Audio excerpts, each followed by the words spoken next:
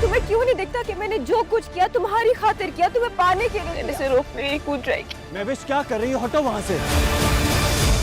मैंने बहुत से लोगों को दुख दिया है ना, तो मुझे अपनी सजा खुद चूज करने दो, मरने दो। तुम्हें तो सब कुछ मिल गया महानूर, नुकसान तो सिर्फ मेरा हुआ है ना। इस लड़की ने सब कुछ अपने बदले की आग में जलाकर खाक कर दिया। आखिरकार ज़ैल ने अपना वादा पूरा कर दिखाया।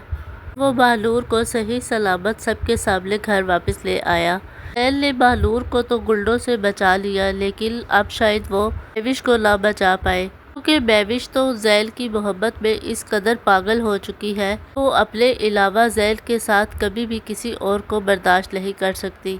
उसे ज़ैल की बेवफाई तो नज़र आ रही है, लेकिन ये बात नहीं नज़र आ रही कि उसने ज़ैल को हासिल करने के लिए क्या क्या तरीके अपनाए हैं। अगर उसकी मोहब्बत वाकई ही सच्ची होती, शायद ज़ैल उसे माफ़ करके अपना भी लेता, लेकिन उसकी मोहब्बत में तो मुनाफिकत पैदा हो चुकी थी।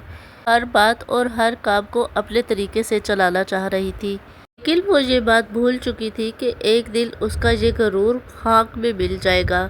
जब उसकी सारी सच्चाई सबके सामने आ चुकी है, वो किसी का भी सामना करने के लायक नहीं रही, इसीलिए अपनी जान लेने की कोशिश करेगी।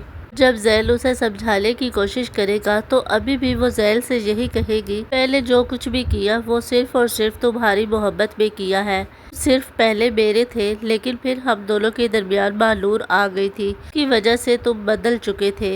इस बहलूर की वजह से मैंने ये सब कुछ किया। अभी भी वो इल्ज़ाम बहलूर पर लगाएगी और उसे कहेगी तुम्हारे पास तो सब कुछ है, लेकिन मेरे पास अब कुछ भी नहीं, कि ये नफरत तो उसने खुद ही पैदा की है। लेकिन वो ये बात समझने के लिए तैयार ही नहीं कि उसकी इस नफरत ने किस हद तक नफ्सियाती मरीज बना दिया है।